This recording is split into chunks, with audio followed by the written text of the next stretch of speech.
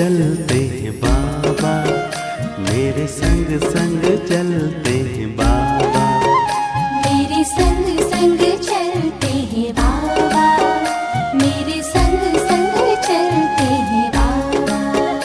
जैसे गगन में चाँद चलता है, उनकी किरणों की छाया में दिल हर पल रहता है। जैसे गगन में चाँद चलता है, उनकी किरणों की छाया में दिल हर पल रहता है।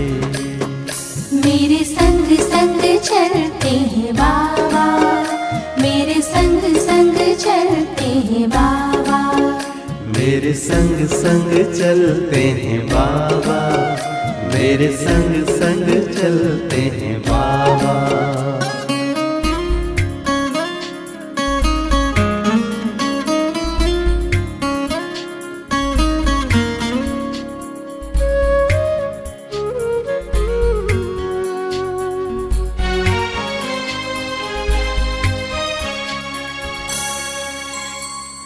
देखूं मैं चकोर की तरह, नाचूं मैं ज्यों मोर की तरह, बोलूं मैं कोयल की तरह, गाऊं में बुलबुल की तरह। मेरा मन बहलाते हैं बाबा, मेरा मन बहलाते हैं बाबा।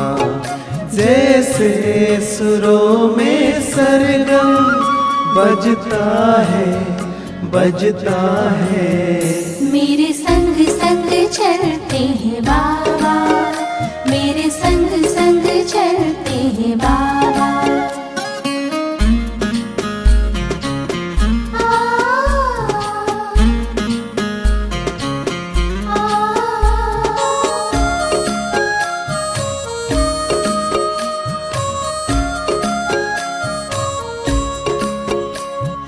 सोचूं मैं भंवरों की तरह, झूमों में लहरों की तरह, चमकूं में जुगनू की तरह, मुस्कान में फूलों की तरह। मेरी यादों में रहते हैं बाबा, मेरी यादों में रहते हैं बाबा। जैसे सावन में नीर बरसता है। मेरे संग संग चलते हैं बाबा, मेरे संग संग चलते हैं बाबा।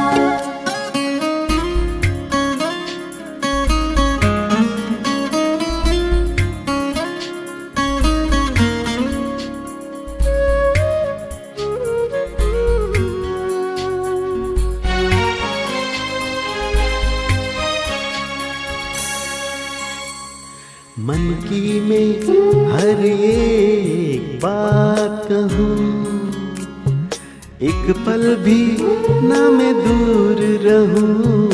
दिन रात मैं तो यूं ध्यान धरूं, बाबा से ही मैं प्यार करूं।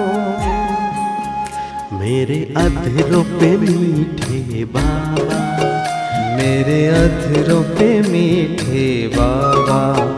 जैसे अनहद नाम गूंजता है।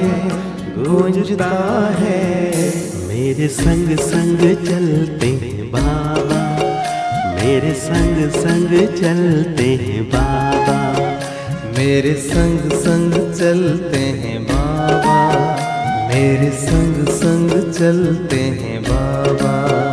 जैसे गगन में चाँद चलता है, उनकी किरणों की छाया में दिल हर पल रहता है। जैसे गगन में चाँद चलता है, चलता है, उनकी किरणों की छाया में दिल हर पल रहता है। मेरे संग संग चलते हैं बाबा, मेरे संग संग चलते हैं बाबा। मेरे संग संग चलते हैं बाबा, मेरे संग संग चलते हैं बाबा, मेरे संग संग चलते हैं बाबा, मेरे संग संग चलते हैं बाबा।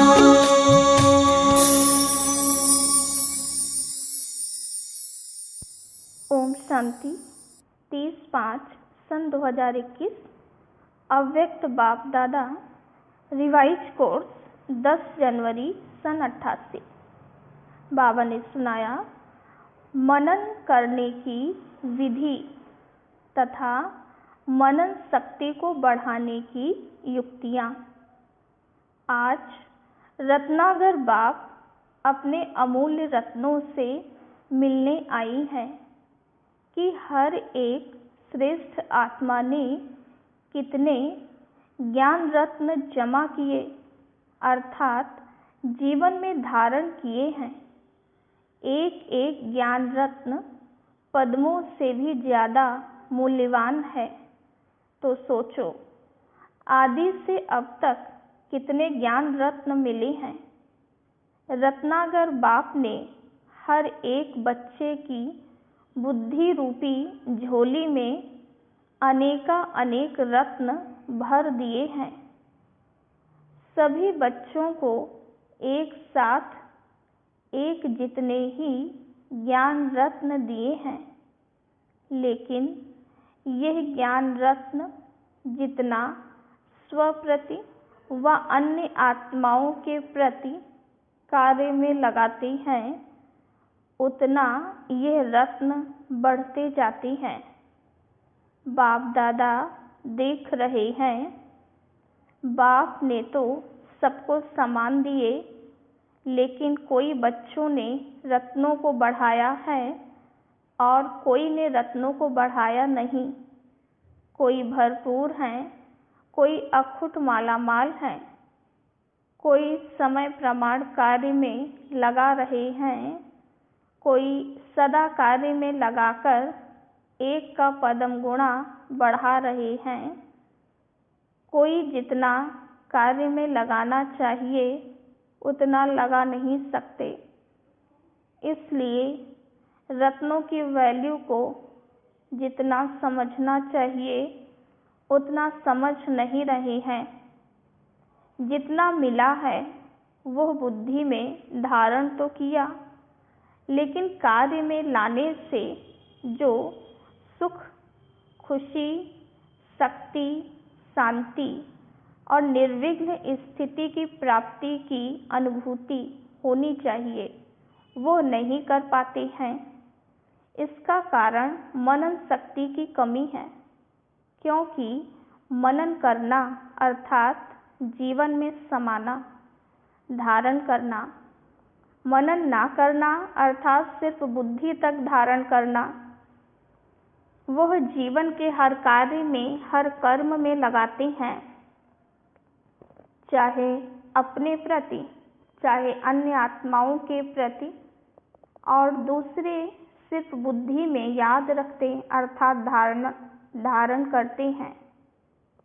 जैसे कोई भी स्थूल खजाने को सिर्फ तिजोरी में व लॉकर में रख लो और समय प्रमाण व सदा काम में नहीं लगाओ, तो वह खुशी की प्राप्ति नहीं होती है। सिर्फ दिल का दिलासा रहता है कि हमारे पास है, ना बढ़ेगा ना अनुभूति होगी।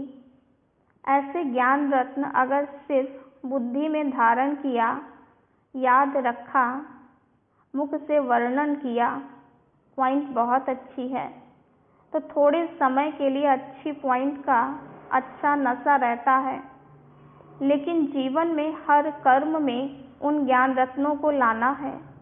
क्योंकि ज्ञान रत्न भी है, ज्ञान रोशनी भी है, ज्ञान शक्ति भी है।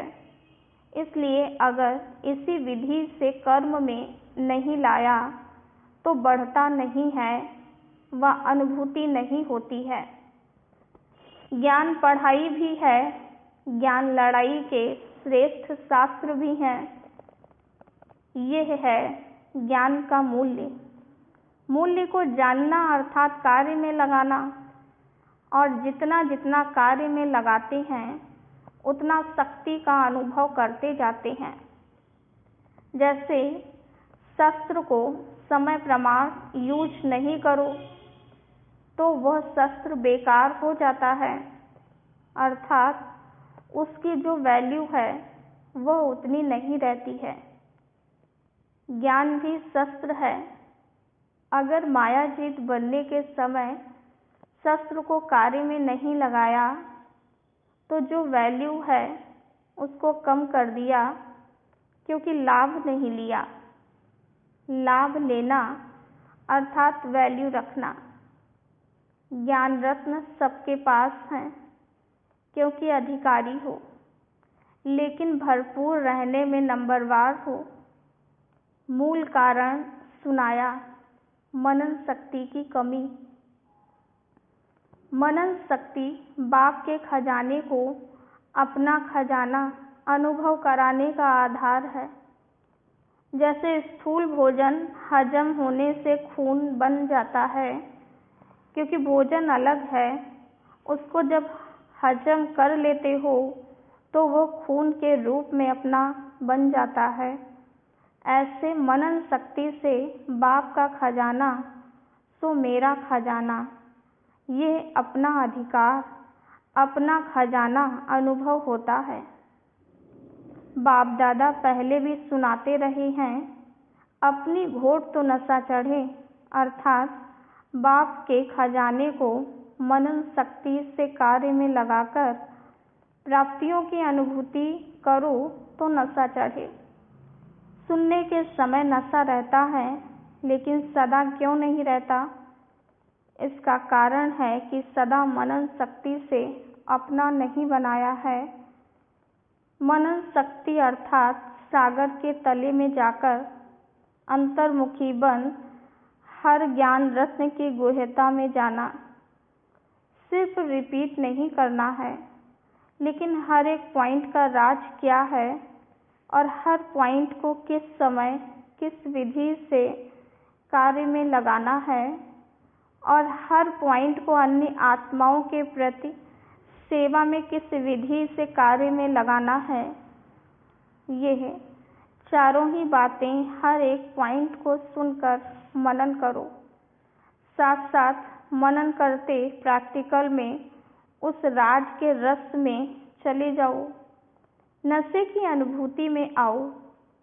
माया के भिन्न भिन्न विघ्नों के समय व प्रकृति के भिन्न भिन्न परिस्थितियों के समय काम में लगाकर देखो कि जो मैंने मनन किया कि इस परिस्थिति के प्रमाण व विघ्न के प्रमाण ये ज्ञान रत्न मायाजीत बना सकते व बनाने वाला है, वो प्रैक्टिकल हुआ, अर्थात मायाजीत बने। वह सोचा था मायाजीत बनेंगे, लेकिन मेहनत करनी पड़ी, वह समय व्यर्थ गया।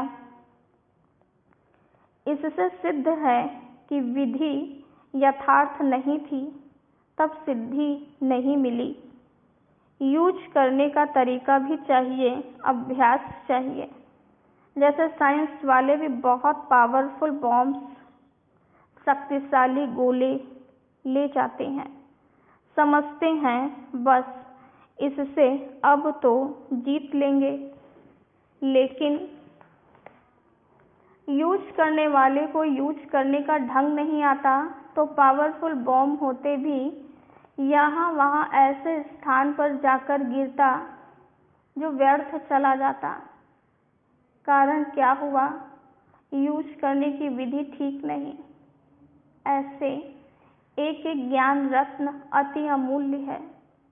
ज्ञान रत्न व ज्ञान की शक्ति के आगे परिस्थिति व विघ्न ठहर नहीं सकते। लेकिन अगर विजय नहीं होती है तो समझो यूज करने की विधि नहीं आती है। दूसरी बात, मनन शक्ति का अभ्यास सदा ना करने से समय पर बिना अभ्यास के अचानक काम में लगाने का प्रयत्न करते हो, इसलिए धोखा खा लेते हो। ये अलबेलापन आ जाता है। ज्ञान तो बुद्धि में है ही, समय पर काम में लगा लेंगे, लेकिन सदा का अभ्यास, बहुत काल का अभ्यास चाहिए। नहीं तो उस समय सोचने वाले को क्या टाइटल देंगे? कुंभकर्ण। उसने क्या अलबेलापन किया? यही सोचा ना कि आने दो, आएंगे तो जीत लेंगे। तो ऐसा सोचना कि समय पर हो जाएगा, ये अलबेलापन धोखा दे देता। इसलिए हर रोज मनन शक्ति को बढ़ाते जाओ। रिवाइज कोर्स में वह व्यक्त जो रोज सुनते हो, तो मनन शक्ति को बढ़ाने के लिए रोज कोई ना कोई एक विशेष पॉइंट बुद्धि में धारण करो और जो 4 बातें सुनाई उस विधि से अभ्यास करो। चलते फिरते हर कर्म करते, चाहे स्थूल कर्म करते हो, चाहे सेवा का कर्म करते हो, लेकिन सारा दिन मनन चलता रहे। चाहे बिजनेस करते हो व दफ्तर का काम करते हो, चाहे सेवा केंद्र में सेवा करते हो, लेकिन जिस समय भी बुद्धि थोड़ा फ्री हो तो अपने मनन शक्ति के अभ्यास को बार बार दोहराओ। कई काम ऐसे होते हैं जो कर्म कर रहे हैं उसके साथ साथ और भी सोच सकते हैं। बहुत थोड़ा समय होता है जो ऐसा कार्य होता है जिसमें बुद्धि का फुल अटेंशन देना होता है, नहीं तो डबल तरफ बुद्धि चलती रहती है। ऐसा समय अगर अपनी दिनचर्या में नोट करो तो बीच बीच में बहुत समय मिलता है। मनन शक्ति के लिए विशेष समय मिले तब अभ्यास करेंगे, ऐसी कोई बात नहीं है। चलते फिरते भी कर सकते हो।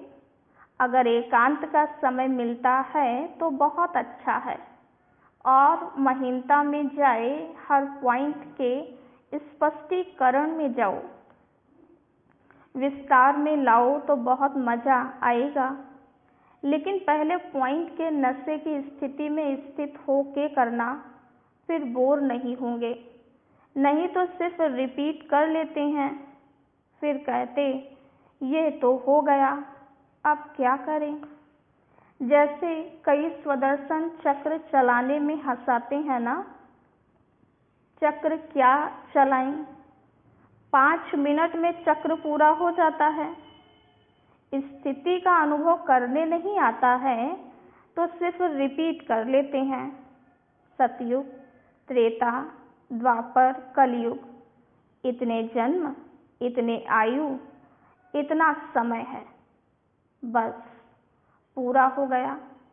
लेकिन स्वदर्शन चक्रधारी बनना अर्थात नॉलेजफुल, पावरफुल स्थिति का अनुभव करना, पॉइंट के नशे में स्थित रहना, राज में राजयुक्त बनना, ऐसा अभ्यास हर पॉइंट में करो।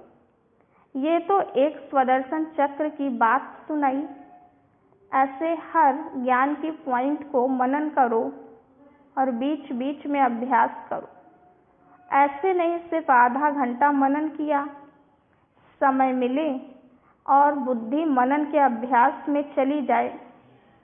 मनन शक्ति से बुद्धि बिजी रहेगी तो स्वतः ही सहज मायाजीत बन जाएंगे। बिजी देख माया आपे ही किनारा कर लेगी। माया आए और युद्ध करो, भगाओ, फिर कभी हार कभी जीत हो, ये चींटी मार्ग का पुरुषार्थ है।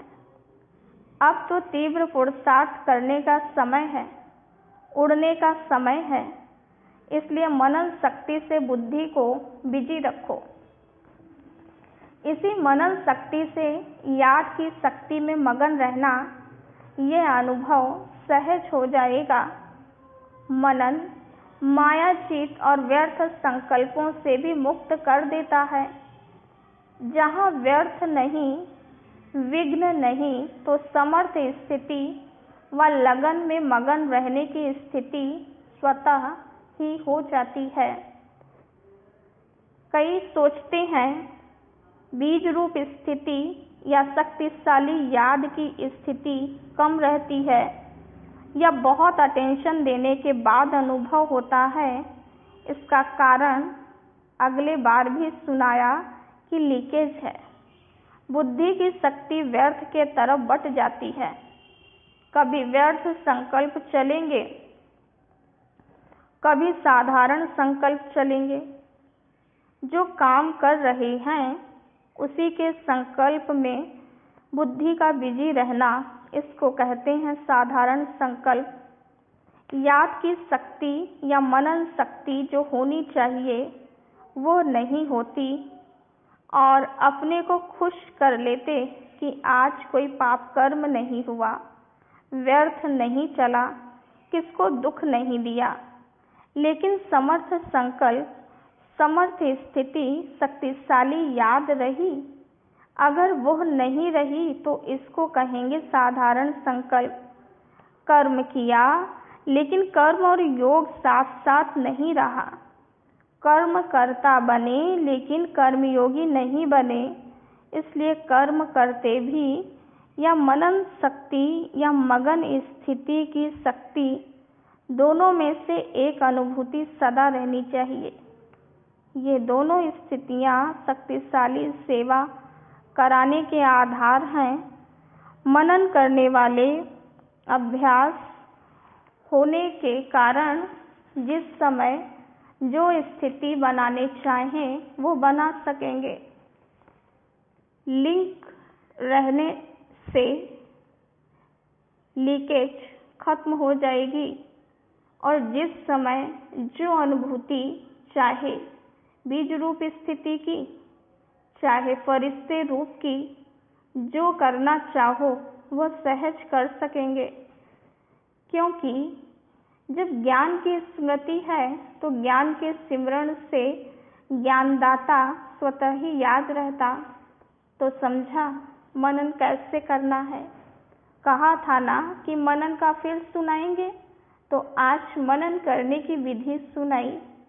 माया के विघ्नों से सदा विजयी बनना व सदा सेवा में सफलता का अनुभव करना, इसका आधार मनन शक्ति है। समझा?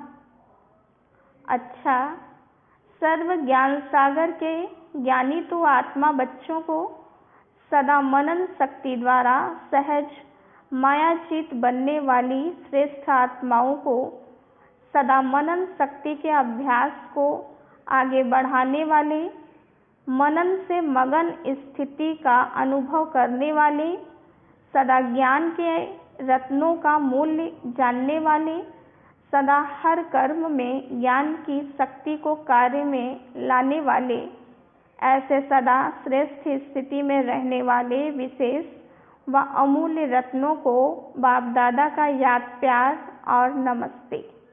हम रूहानी बच्चों की रूहानी बाप दादा को याद, प्यार, गुड मॉर्निंग और नमस्ते। पार्टियों से अव्यक्त बाप दादा की मुलाकात। स्वयं को तीव्र पुरुषार्थी आत्माएं अनुभव करते हो, क्योंकि समय बहुत तीव्र गति से आगे बढ़ रहा है।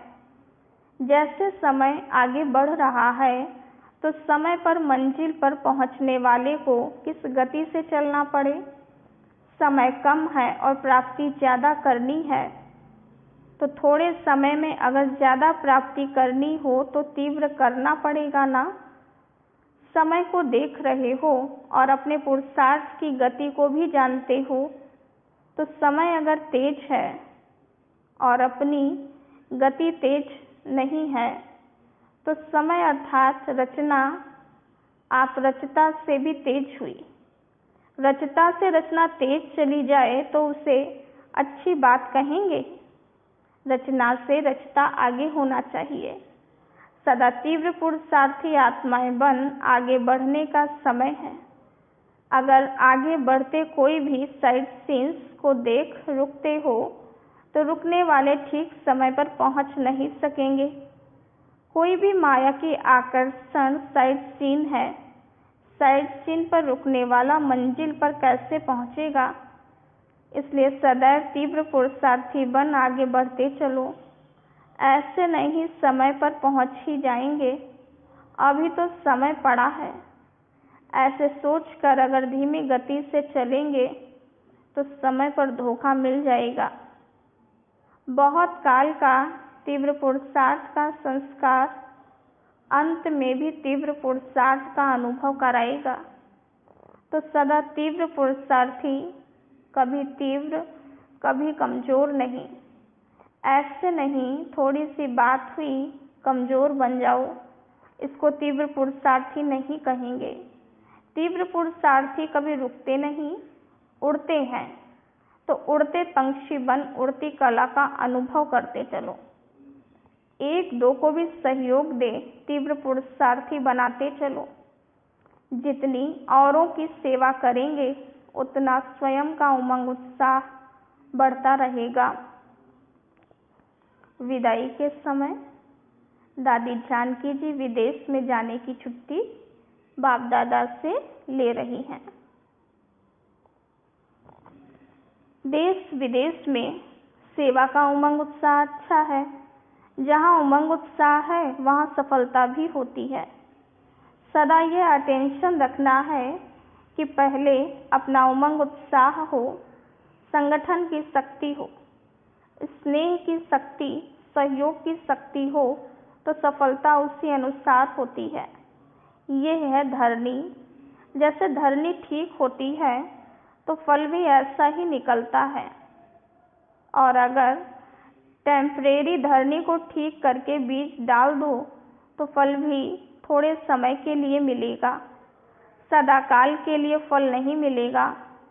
तो सफलता के फल के पहले सदा धरनी को चेक करो। बाकी जो करते हैं उनका जमा तो हो ही जाता है। अभी भी खुशी मिलती है और भविष्य तो है ही। अच्छा वरदान है, तोड़ना, मोड़ना और जोड़ना, इन 3 शब्दों की स्मृति द्वारा सदा विजयी भव। सारी पढ़ाई और शिक्षाओं का सार ये 3 शब्द हैं। पहला कर्म बंधन तोड़ने हैं, दूसरा अपने संस्कार स्वभाव को मोड़ना है और तीसरा एक बाप से सर्व संबंध जोड़ने हैं। यही 3 शब्द संपूर्ण विजयी बना देंगे। इसके लिए सदा यही स्मृति रहे कि जो भी इन नयनों से विनाशी चीज़ें देखते हैं वह सब विनाश हुई पड़ी हैं। उन्हें देखते भी अपने नए संबंध, नए सृष्टि को देखते रहो तो कभी हार हो नहीं सकती। स्लोगन, योगी की निशानी है सदा क्लीन और क्लियर। अच्छा, ओम शांति।